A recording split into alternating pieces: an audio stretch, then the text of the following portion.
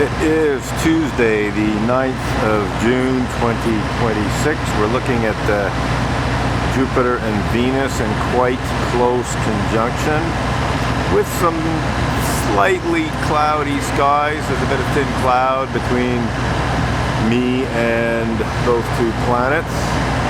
We're using a Sigma Contemporary 150 to 600mm zoom.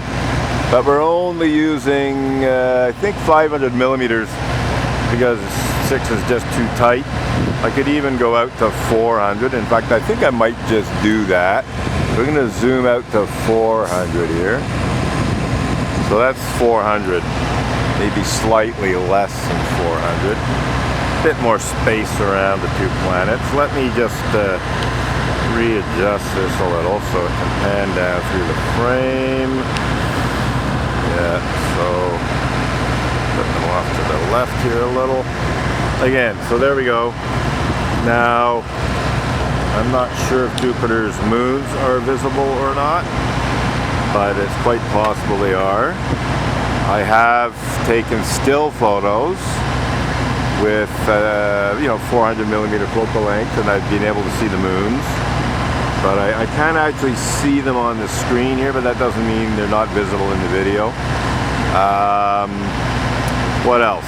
So f9 is the aperture. I like to stop down a bit to get the best optical quality, optimum optical quality as much as possible. 30th of a second, can't go lower than that for video. 6400 ISO, and it's full HD 1080p video. It's not 4K. Actually, this camera can't do 4K anyway, but my other Nikon D850 is capable of doing 4K video, but I tend not to use it. I tend to just shoot 1080p full HD for various reasons. So,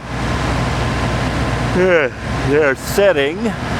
They are still well above the Montreal horizon skyline. If I extend my hand, splay it out, and put my thumb down on the horizon level, my index finger is just touching Jupiter. So they're less than a full hand span above the horizon, but basically the span of splayed thumb and index finger is about how high they are. They're about 2 degrees apart, maybe a bit less than 2 degrees apart. They were a similar distance apart last night,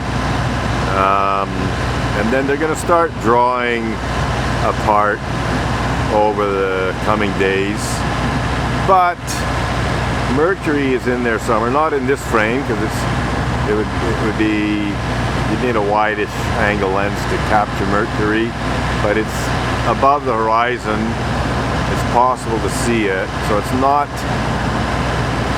out of the question to be able to get Venus, Jupiter, and Mercury all in the same photo using a wide-ish lens.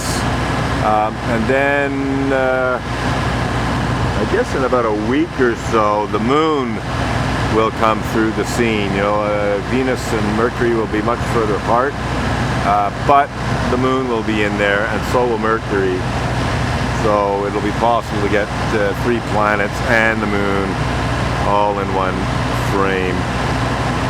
So I'm going to stay here for a little while yet. I'm going to maybe try and capture Venus and Jupiter setting on the horizon above Montreal landmarks. I already have a few such shots, and maybe try to get a few more tonight.